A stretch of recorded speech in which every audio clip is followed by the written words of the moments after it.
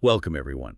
Ready to dive into the world of computing and life sciences? Absolutely. It's a fascinating journey. From basic algorithms to the AI tools we have now, it's really incredible. It is, and thinking about how familiar you all are with the life sciences, let's really get into how this computational revolution is changing, well, how we explore biology itself. It's a story of how progress in one field can spark breakthroughs in another, really. And, we can trace this back to the 1950s, even before computational biology was a term. Right, it's amazing that Alan Turing, who's so famous for code breaking, also had a hand in the foundations of computational biology. Yeah, in 1952, he was using those early computers to model Oh, morphogenesis. Nerfogenesis. Yeah, the process that creates those patterns and shapes you see in organisms. It was visionary work, really, showing how computers could tackle these really complex biological problems. And what's striking is that his work, those insights into pattern formation, is still important today in fields like developmental biology and regenerative medicine. It's incredible how fundamental principles can remain relevant, even as technology advances so rapidly. Exactly. And we see that interplay between these fundamental ideas and technological advancements throughout the history of computing and life sciences. A good example is in the 1960s with the rise of protein crystallography. A way to figure out those 3D protein structures. Exactly. And it really relied on computational power because the calculations involved in analyzing those protein structures were incredibly complex. This need for computational power led to some innovative software, like Comprotein. That was one of the first bioinformatics programs, right? Specifically for protein structure. Exactly. Around the same time, the one-letter amino acid code came about, which may seem simple, but it really streamlined data representation and analysis, something we still use to this day. It's amazing how these early innovations continue to shape the field even now.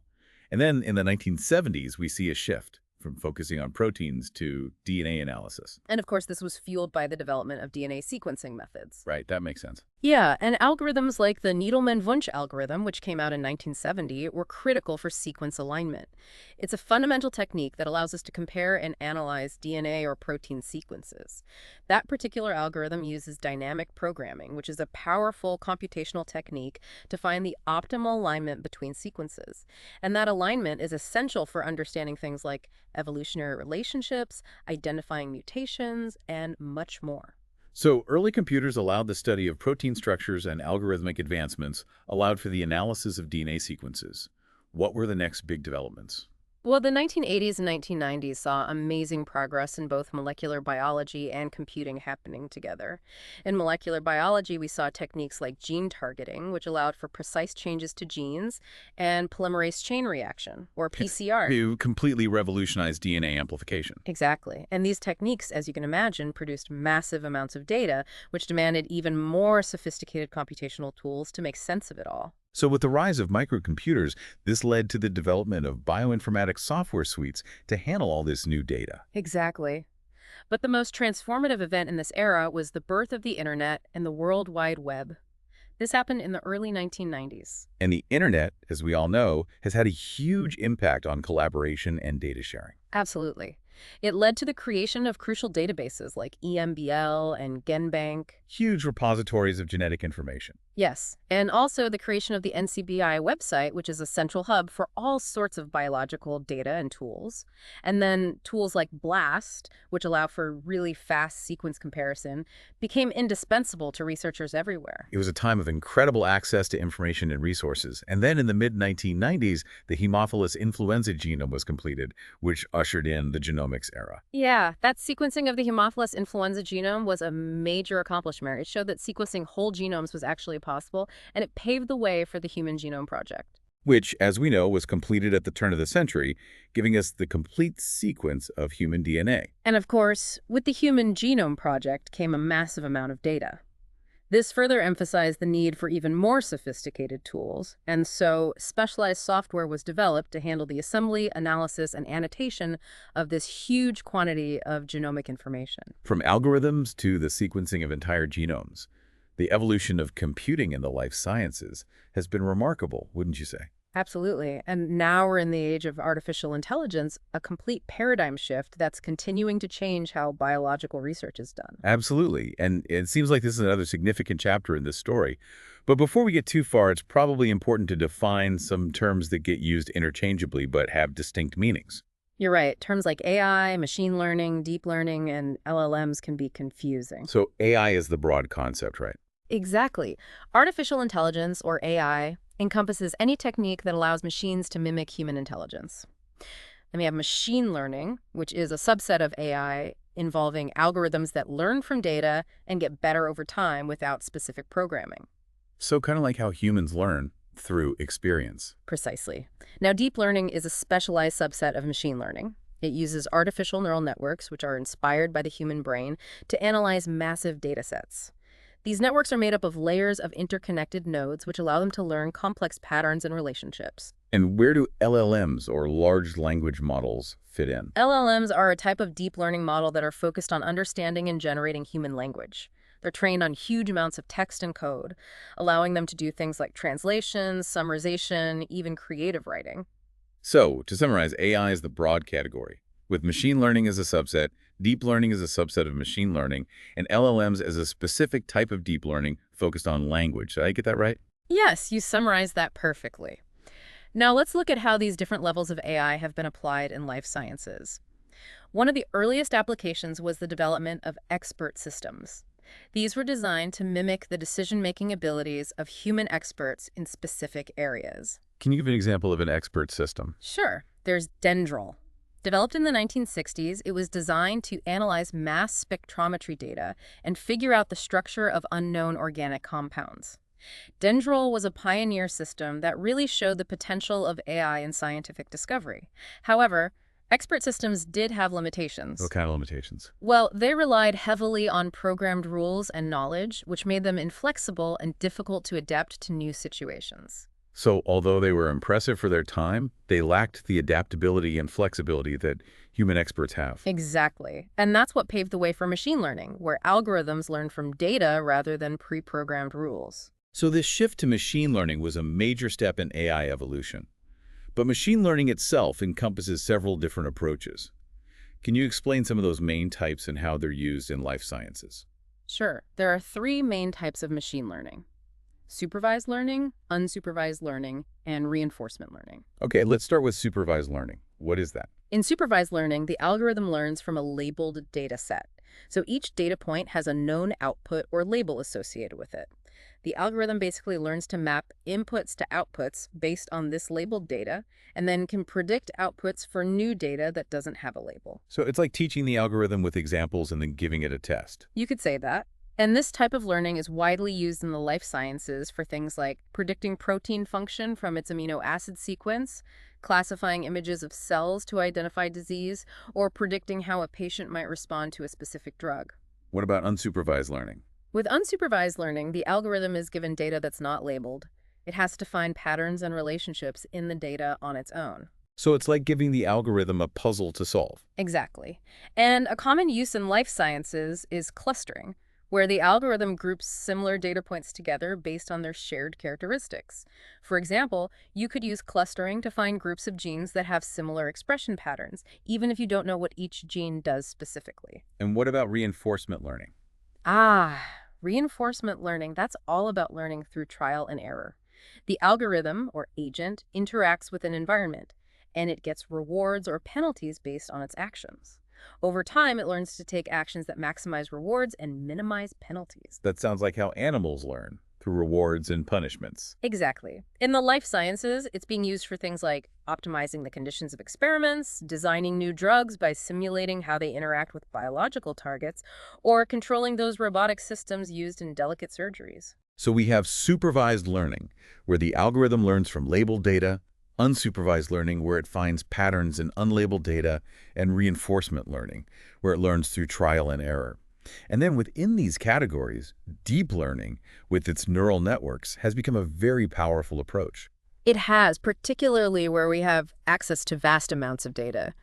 Deep learning's ability to learn complex patterns and relationships has made it very well suited for tasks like image recognition, natural language processing, and increasingly in the life sciences. Which brings us to generative AI. This goes beyond just analyzing data, right? Yeah. Generative AI actually creates new content. Absolutely. It's rapidly advancing and could potentially change many aspects of life sciences, from designing new drugs to creating synthetic organisms.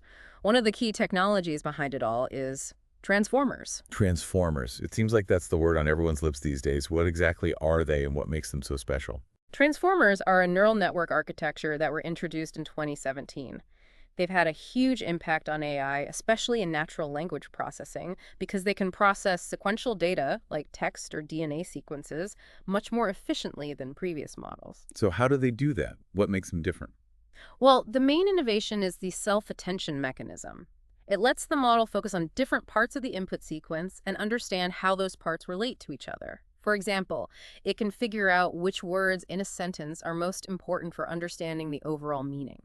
So it's paying attention to context. Precisely. Mhm. And then, to make sure that the order of the sequence is preserved, transformers use something called positional bias.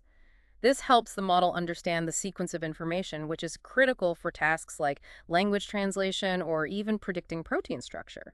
We often hear about different types of transformers. Can you explain those a bit? Sure, there are three main types. Each is best suited for a different kind of task. There are encoder-only models, which are primarily used for understanding the input sequence. Like classifying text or analyzing protein sequences. Exactly. Then there are decoder-only models, which are great at generating output sequences. Like machine translation or text summarization. Right. Or, in life sciences, things like generating new protein sequences or DNA sequences. So they are the creative type. Exactly.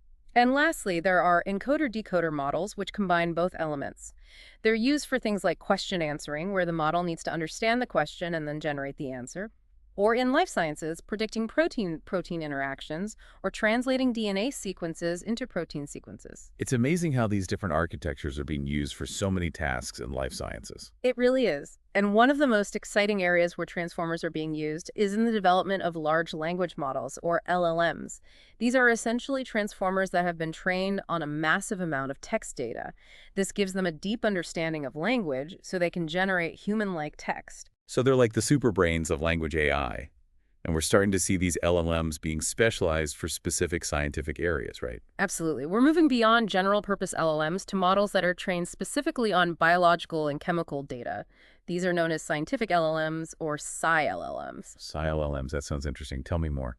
What types of Sci-LLMs are there and how are they being used? There are a few categories, each focused on a different type of data.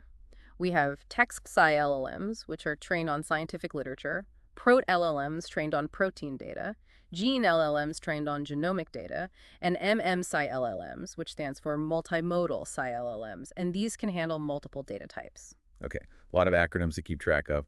Let's start with text Sci-LLMs. What can you tell us about those? Well, text LLMs are trained on a massive amount of scientific literature, things like research papers, textbooks, and patents. This allows them to understand the complexities of scientific language and do things like summarizing research papers, extracting key information from text, or even generating hypotheses based on what's already known. So instead of a researcher spending hours reading through papers, a text Sci-LLM could do a lot of the work. Exactly. They can help researchers quickly identify relevant papers, get the key findings, and even uncover connections between different research areas. That would be a game changer for research. Can you give us some examples of text Sci-LMs that are already making a difference? Two good examples are BioGPT and BioMedGPT LM. Both are specialized language models for biomedical applications. BioGPT is focused on generating and understanding biomedical literature, while BioMedGPT-LM can do a wider range of tasks like text generation, question answering, and classification, all within the biomedical domain. It's fascinating how these models are trained to understand such complex scientific language. But how do we know if they're actually any good? How are they evaluated? Evaluating these models is definitely challenging, but we do have frameworks to assess their capabilities. Bloom's taxonomy, which you might remember from education, is often used to evaluate how well LLMs understand and apply knowledge. It has 6 levels: remember, understand, apply, analyze, evaluate, and create. So we're not just seeing if they can answer a question correctly, but how deeply they understand the concepts and if they can apply that knowledge. Exactly. Then there are frameworks like Cyval and NoEvil, which are specifically designed to assess scientific LLMs. Cyval looks at 4 dimensions: basic knowledge, applying that knowledge, scientific calculation, and researchability. Okay, and how is no evil different? NoEvil focuses on how deeply an LLM can grasp knowledge. It categorizes text sci LLMs into 3 levels: pre-college, college, and post-college, based on how complex the scientific knowledge is that they can handle. So a post-college text sci LLM should be able to work with very advanced scientific concepts. Exactly. To go even further, we use specific benchmarks that test the model's performance on different tasks related to understanding and generating scientific language. For example, some benchmarks are all about question answering. The model is given a scientific question and has to give an accurate and complete answer. Other benchmarks focus on information extraction, where the model has to pull out key facts or relationships from scientific text. A lot of effort is going into evaluating text sci LLMs. Yes, and this is really important because if these models are going to be used in critical areas like drug discovery or medical diagnosis, we need to be confident that they can do what they're supposed to. Let's talk about the next category of sci LLMs. Prot LLMs, or protein language models. These are trained on protein sequence data. That's right. So instead of understanding human language, they're learning the language of proteins. Protein language models. So they're learning to interpret the sequences of amino acids that make up proteins. What can they do with that knowledge?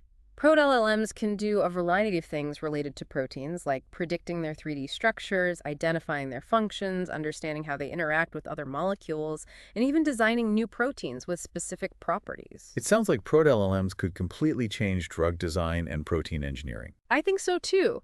They can help us understand how proteins fold into those intricate 3D shapes that are so essential to their function. They can predict which parts of a protein might interact with other molecules, which is crucial for designing drugs that target specific proteins. And they can even generate new protein sequences that are likely to fold into stable structures and perform specific functions. That's amazing. Can you give us more details about how they work? Are they also based on the transformer architecture? Yes, Prot-LLMs also use the power of transformers. They're great at capturing those long-range dependencies in sequential data, which is really important for understanding protein sequences. And just like text LLMs, Prot-LLMs come in different architectures, each with strengths and weaknesses. We have encoder-only, decoder-only, and encoder-decoder models, each good for specific tasks. Give us some examples of how these different architectures are used. Okay, so encoder-only models are good at things like predicting protein function or figuring out protein-protein interactions. They take a protein sequence's input and they encode it into a fixed-length vector that captures key information about the protein. This vector can then be used to predict things, like whether the protein is an enzyme, a structural protein, or a receptor, or to find other proteins that it's likely to interact with. So the encoder-only model is learning to represent the protein in a way that shows its essential characteristics. What about the decoder-only models? Decoder-only models are best for generating new protein sequences. They can be trained on huge data sets of known proteins, and then they can be used to design proteins with specific properties or functions. For example, you could ask a decoder-only model to design a protein that binds to a specific target molecule or has a particular enzymatic activity. So you could basically give the model a set of requirements for a protein, and it would try to create a sequence that fits those requirements. Exactly, and that opens up amazing possibilities for things like drug discovery and protein engineering. What about the encoder-decoder models? How are those used? Encoder-decoder models are good for tasks that require transforming one protein sequence into another. For example, they can predict the effects of mutations on a protein's structure or function, or they can be used to design proteins that are more stable or soluble. It's amazing how these different architectures are being used for protein research. But just like with the text sci LLMs, we need a way to see how well these Trot LLMs are doing. What kind of benchmarks are used for them? You're absolutely right. Evaluation is key. For Prot-LLMs, benchmarks focus on 3 main areas: protein structure prediction, protein function prediction, and protein sequence generation. Tell us a bit more about each area and the benchmarks used. Sure. For predicting protein structure, one of the most famous benchmarks is CASP, which stands for Critical Assessment of Structure Prediction. It's been running for over 25 years. Researchers from all over the world use it to test their protein structure prediction methods on a set of target proteins. So CASP provides a way to compare the performance of different protein structure prediction methods, including those that use AI. Exactly. For predicting protein function, we have benchmarks like CAFA, or Critical Assessment of Function Annotation, which evaluates how well methods can predict what a protein does based on its amino acid sequence. And for generating protein sequences, there's Protein Gym.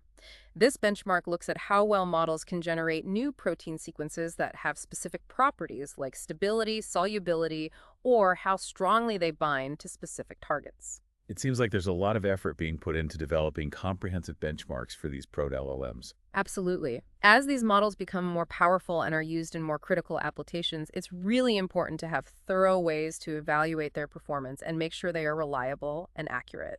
Now let's move on to the next category. Gene LLMs, or genomic language models. These are trained on genomic data. That's right. So we're talking about DNA sequences, genes, genomes. So gene LLMs are being used to analyze DNA sequences, interpret genetic variations, and help us understand the complex interactions between genes in health and disease. Yes, exactly. It sounds like they could have a big impact on fields like personalized medicine and genetic research. They could. They might help us identify genetic markers for diseases, predict how an individual might respond to different drugs, and even figure out the genetic basis for complex traits. I imagine these gene LLMs are also built on the transformer architecture. Yes, you are right again. They make use of the power of transformers, specifically their ability to capture long-range dependencies in sequential data, which is so important for understanding those complex genomic sequences. Like the other categories, we have encoder-only, decoder-only, and encoder-decoder architectures, each best for specific tasks. Can you give some examples of how these different gene LLM architectures are used? Sure, so the encoder-only models are well suited for tasks like predicting gene function or identifying regulatory elements in the genome. They take a DNA sequence as input and turn it into a fixed-length vector that captures information about that sequence. This vector can then be used to predict whether a sequence encodes a protein, is involved in gene regulation, or is associated with a particular disease, for example. They're learning to read the language of the genome. What about the decoder-only models? How are those used? Those are interesting because they can actually generate new DNA sequences. They're trained on massive data sets of known genes and can be used to design new genes or modify existing ones to have certain properties. So you could use a decoder-only gene LLM to design a gene for a protein with enhanced activity, or create a genetic circuit to control gene expression in a specific way. Exactly. The potential for synthetic biology and genetic engineering is really exciting. Encoder-decoder models. These are good for tasks that involve changing one DNA sequence into another. For example, they can be used to predict how mutations will affect gene expression, or to design sequences that are more resistant to degradation. It's really amazing how these different transformer architectures are being used to better understand the genome. But just like before, we need ways to evaluate how well they perform. What kind of benchmarks are used for gene LLMs? You're right, evaluation is key. For gene LLMs, benchmarks usually focus on 4 key areas: function prediction, structure prediction, sequence generation, and sequence variation and evolution analysis. Do you break those down for us? Of course. Mhm. For function prediction, we have benchmarks like the KGI-5 challenge benchmark and the protein RNA interaction prediction benchmark, which assess how well models can predict the function of genes and the molecules they produce. And for structure prediction? There's the nucleotide transformer benchmark. It focuses on predicting the 3D structure of DNA and RNA molecules, which is important for understanding how they interact with proteins and other molecules. What about sequence generation? For sequence generation, we have benchmarks like those used in the KGI-5 challenge. They evaluate how well models can generate realistic DNA sequences that have certain desired properties. That's fascinating. And lastly, what about sequence variation and evolution analysis? For that, benchmarks focus on how well models can understand how genomes change over time and how those changes contribute to evolution and diversity. It's really impressive to see how these benchmarks are being developed to ensure that gene LLMs are reliable and accurate. It's crucial work, especially as these models are used for more and more complex tasks. We've covered text-sci LLMs, proto-LLMs, and gene LLMs. What's next? Now we come to perhaps the most complex and fascinating category: MMSci LLMs, or multimodal scientific LLMs. These models are designed to handle and integrate multiple types of scientific data. We're talking text, molecules, and proteins. Multimodal. Yeah. So they can process information from different sources and put it all together to understand the bigger picture. Exactly. Imagine a model that can look at a research paper, a protein structure, and a genomic sequence all at the same time, and then use that information to predict how well a new drug might work or design a new protein. That's the potential of MMSci LLMs. That's a huge leap forward for AI and life sciences. Can you tell us more about how they work? What makes them different from the other Sci-LLMs? MMSci LLMs use advanced techniques like multimodal embedding and cross-modal learning to combine information from these different sources. They learn to represent different types of data in a common space, which allows them to connect and analyze information that was previously separate. So they're breaking down the walls between different types of data. Exactly. And we can group them based on the types of data they focus on. For example, we have molecule-to-text models, protein-to-text models, protein-to-molecule models, and even some models that integrate multiple modalities. Can you give us some specific examples and how they are being used? Sure. One example is Molecule STM. It integrates molecular structures and text data to predict the function of molecules. This is really valuable for drug discovery, as it can help researchers find molecules that are more likely to be effective against specific targets. So instead of just looking at a molecule's structure, Molecule STM can also consider information from scientific literature, like research papers. Right. This multimodal approach gives a much richer understanding of the molecule and its potential uses. Another example is MUL instructions, which can generate molecular information from instructions given in text. Imagine being able to describe what you want a molecule to do, and then the model designs a molecule that fits those criteria. That's amazing, like an AI assistant that speaks chemistry. Exactly. And then there are models like KVPLM and PROT-ST ESM1B, which are used for cross-modal retrieval. These models can retrieve information from one type of data based on a query from another type. For example, you could use KVPLM to search for molecules that are similar to a given protein structure, or use PROT-ST ESM1B to find proteins that are described in a specific scientific paper. So these cross-modal retrieval models could save researchers a lot of time. Absolutely. And lastly, there are models like Text2Mol and Protein-DT, which are used for cross-modal generation. Text2Mol can generate molecular information from descriptions written in text, while Protein-DT can generate protein structures from text descriptions. So you could describe a molecule using words, and Text2Mol would create a representation of that molecule. Exactly. It's like translating language into chemistry. It's incredible how these MMSci LLMs are bridging the gap between different types of data. But just like with the other models, we need ways to assess how well they perform. What kind of benchmarks are used for MMSci LLMs? Evaluating these models is especially challenging because of how complex it is to integrate different types of data. But there are benchmarks that focus on three main areas: cross-modal prediction, retrieval, and generation. Can you give us some examples of these benchmarks? Sure. For cross-modal prediction, MoleculeNet is used to evaluate how well models can predict the properties of molecules based on both their structures and textual descriptions. For cross-modal retrieval, Marcel evaluates how well models can retrieve information from one modality based on a query from another. And for cross-modal generation, benchmarks like Guacamole evaluate how well models can generate data in one modality based on information from another. It's good to see that there's a lot of work going into developing benchmarks for these MMSci LLMs. As they become more powerful and are used in increasingly complex applications, it's vital to have reliable ways to assess their performance. I agree. Evaluation is essential for ensuring the reliability and trustworthiness of any AI model, especially in fields like life sciences, where the stakes are so high. So far, we've been discussing scientific LLMs, which are specifically designed to understand and analyze biological and chemical data. But there's another important category of AI tools in life sciences that we haven't talked about yet. You're talking about bio-AI tools, or BDTs.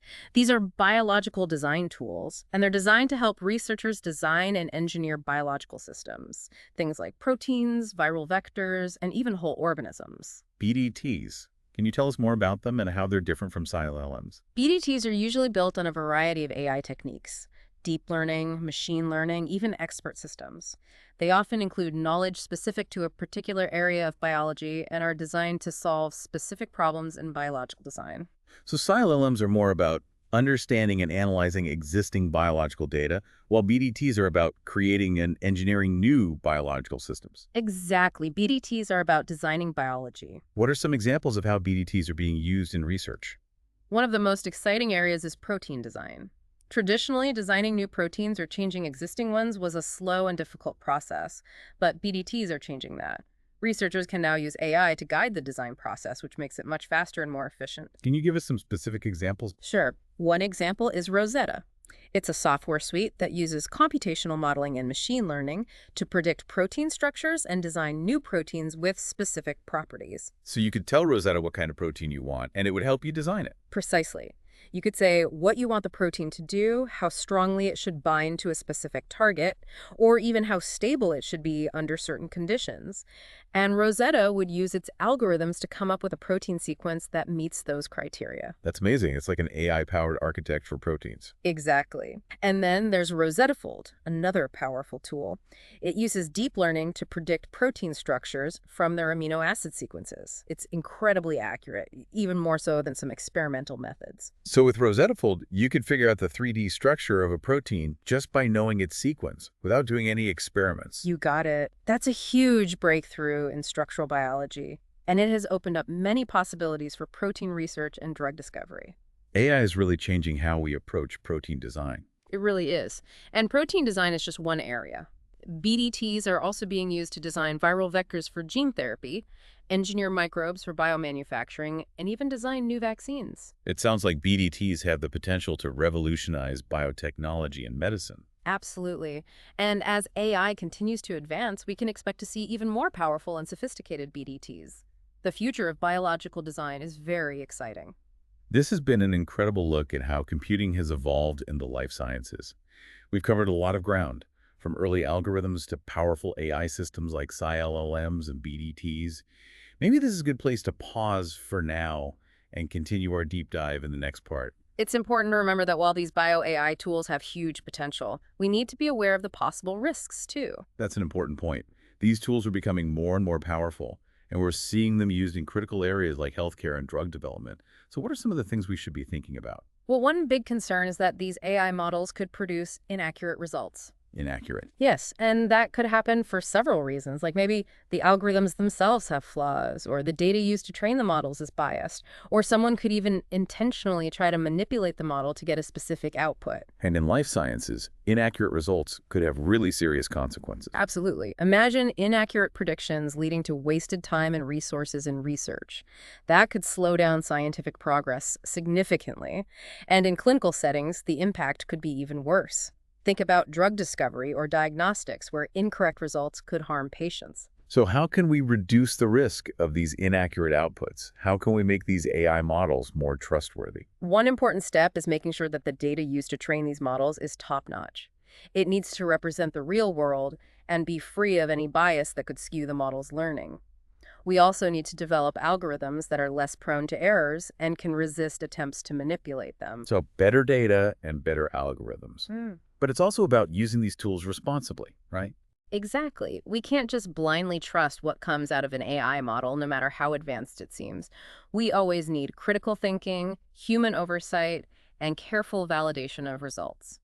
And another concern, specifically in the life sciences, is the potential for AI to be used for bad purposes, like developing harmful biological agents. That's a scary thought. Are you talking about AI being used to design new viruses or bacteria that could be used as weapons? Unfortunately, that's a possibility. While AI holds a lot of promise for improving human health and biotechnology, it could also be used for harmful things. We need to recognize this risk and work to prevent it. So how can we prevent AI from being used for things like biowarfare? There are a few crucial steps. We need to strengthen international regulations and treaties that clearly prohibit the development of bioweapons. It's also important to educate scientists and engineers about the potential for their work to be misused. We need to make them aware of the ethical implications and promote a strong sense of responsibility in how these powerful technologies are developed and used. Regulations, education, and a strong ethical compass. Are there any technological safeguards that could help prevent misuse? Yes, those are important too. We need to develop tools and techniques that can help detect and prevent the misuse of AI. This could involve systems that look for unusual activity, flag potentially dangerous research, or even restrict access to sensitive information. So it seems like it will take a combination of approaches, regulations, ethical awareness, and technological safeguards to effectively prevent AI from being misused for harm. I completely agree. And on top of the risks specific to life sciences, there are broader ethical questions about AI in general, things that go beyond immediate safety concerns. Right, like data privacy, fairness, bias in algorithms, transparency, and accountability. Who controls the massive amounts of data used to train these powerful models? How can we be sure that these models are fair and unbiased, especially in areas like healthcare or criminal justice? And how do we hold these complex systems accountable when it's hard to understand how they make decisions? These are all important questions. We need to have open discussions as a society and develop ethical frameworks and guidelines for AI development and use. These frameworks should address how we manage data, make algorithms transparent, reduce bias, and ensure accountability. We're clearly still in the early stages of figuring out the ethical complexities of AI, especially in life sciences, where the stakes are incredibly high. But it's a conversation we need to have, making sure that these powerful technologies are used for good. Absolutely. The potential benefits are enormous, but we need to be wise and forward-thinking. We need to remember that technological advancements should always be guided by ethics and a commitment to humanity's well-being. Now let's move away from the risks and ethical considerations for a moment. What are some of the things you're most excited about for the future of AI in life sciences? Well, the possibilities are really vast, and the field is moving incredibly fast. One area that I'm personally enthusiastic about is personalized medicine. AI is being used to create treatments that are tailored to individual patients based on their genes, lifestyle, and environmental factors. So instead of a one-size-fits-all approach to treatment, we're moving toward a future where treatments are customized to each patient. Exactly. AI can analyze huge amounts of data, from genomic sequences to electronic health records, to identify patterns and predict how individuals will respond to different treatments. This could lead to more effective therapies, fewer side effects, and even cures for diseases that are currently incurable. That's an amazing vision for the future of healthcare. Are there other areas where you see AI making significant contributions in the coming years? Absolutely. AI is also set to revolutionize drug discovery. Developing new drugs has always been a long, expensive process. It often takes years and billions of dollars to bring a single new drug to market. But AI is changing this. How is AI making a difference in drug discovery? AI can analyze huge libraries of molecules to identify potential drug candidates. It can predict how effective and safe they will be using computer simulations and even design completely new molecules with desired properties. This could make the process of developing new drugs much faster and cheaper. That's incredible. It seems like AI is transforming the pharmaceutical industry. Are there any other areas outside healthcare and drug development where you see AI having a big impact? Of course. AI is also becoming increasingly important in basic biological research. It's helping us understand the complexity of biological systems in ways we couldn't have imagined before. For example, AI is being used to analyze images of cells and tissues, identify patterns in gene expression data, model the intricate workings of cells, and even simulate entire ecosystems. So AI is becoming a vital tool for biologists and other life science researchers. Yes, it is. And as AI technology continues to advance, I think we'll see even more transformative applications in the years to come. It's an exciting time to be working in this field. Now, while we've talked about the exciting potential of AI in life sciences, it's also important to be realistic about the challenges that we need to overcome. You're right. One key challenge is the need for more data. AI models, especially those that use deep learning, need a lot of data to train effectively. And in life sciences, high-quality labeled data can be hard to come by, particularly for rare diseases or specific biological processes. So do we need to find better ways to collect, organize, and share biological data to help develop more robust and reliable AI models? Exactly. There's a growing movement toward open science and data sharing, which is really important for advancing AI in life sciences. Initiatives like the NIH's Data Commons and the European Bioinformatics Institute's data resources are making valuable contributions in this area. What about the interpretability of AI models? In life sciences, it's not enough for an AI model to just make a prediction, especially when it comes to things like patient care or drug development. Yeah. We need to understand why the model made that prediction and what factors it considered. I completely agree.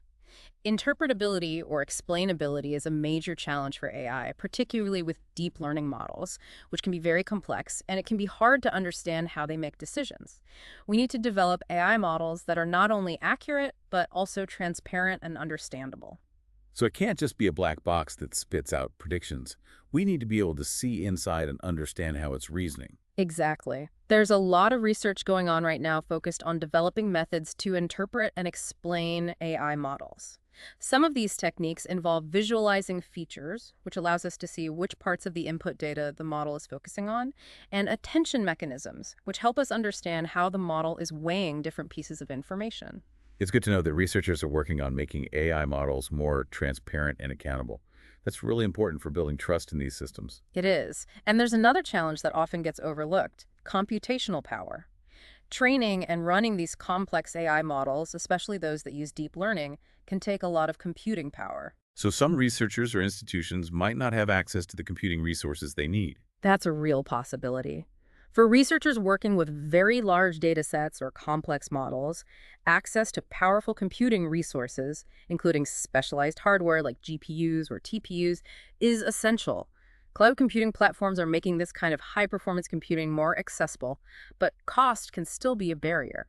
We've discussed the need for more data, the importance of interpretability, and the issue of computational resources. What about those benchmarks we talked about earlier? Are they good enough for evaluating these increasingly complex AI systems in the life sciences, especially when they're being used for such critical tasks? That's a great question.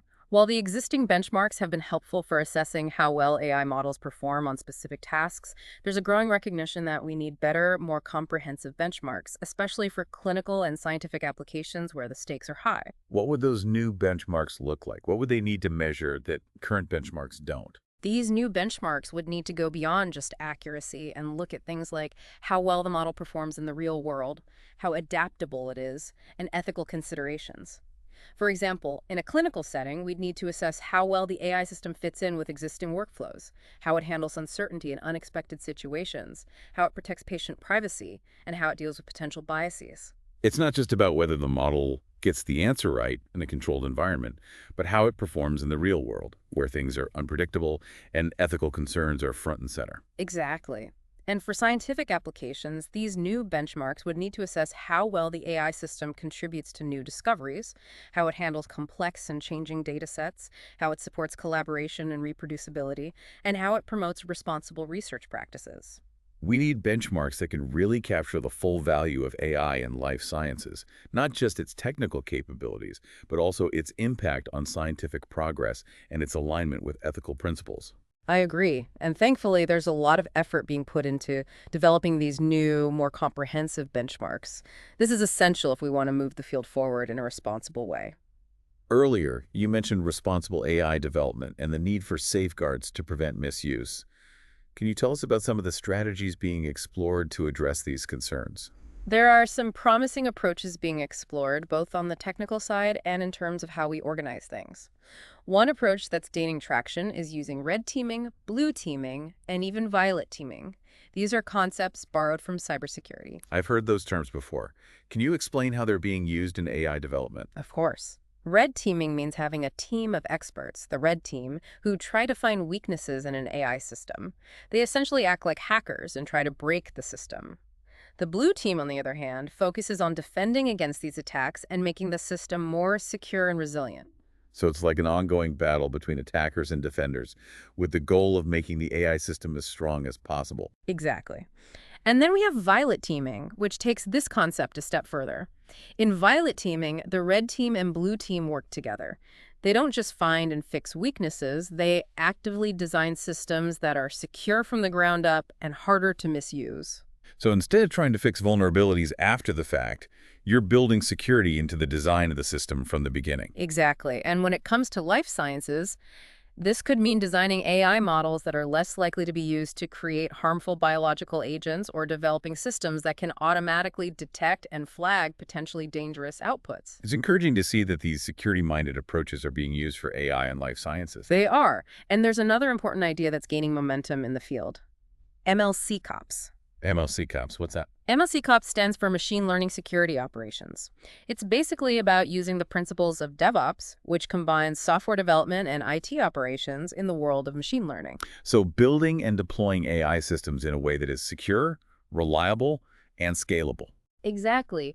MLC COPS involves things like continuously monitoring AI systems for any strange behavior, using automated testing to make sure the system is working properly, and having a plan for responding quickly if there's a security breach or another problem. It sounds like MLC COPS could be crucial for making sure AI systems in life sciences are safe and secure, especially as they become more integrated into critical infrastructure. You're right. As AI becomes more and more intertwined with healthcare, drug development, and other important areas, having strong security measures to protect these systems is absolutely essential. This has been a fascinating journey so far, looking at the development of computing in life sciences and diving into the world of artificial intelligence.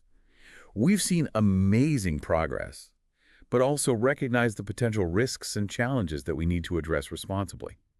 Maybe this is a good place to take a break before we continue our exploration in the final part of our deep dive. We've really covered a lot of ground in our exploration of computing and life sciences. It's been amazing to see how far we've come, from those early algorithms to powerful AI tools like SciLLMs and BDTs. It's clear that this computational revolution is changing how we do biological research. It really is. The combination of computing and life sciences has opened up so many new possibilities, allowing us to explore the complexity of life in ways we could only dream of before. And with AI advancing so quickly, I think we're just scratching the surface of what's possible. That leads me to a question I'm really curious about. What breakthroughs do you see on the horizon, maybe in the next 5 to 10 years? What are you most excited about? There are so many exciting possibilities. One area that holds immense potential and that I'm personally very excited about is the development of AI-powered digital twins for humans. Imagine a virtual model of your entire body, your genes, proteins, cells, tissues, organs, everything that can be used to predict your risk of disease, simulate the effects of different treatments or lifestyle changes, and even design personalized therapies just for you. That sounds almost like science fiction, having a virtual copy of yourself to help you understand and manage your health. It does sound futuristic, but we're already laying the groundwork for this.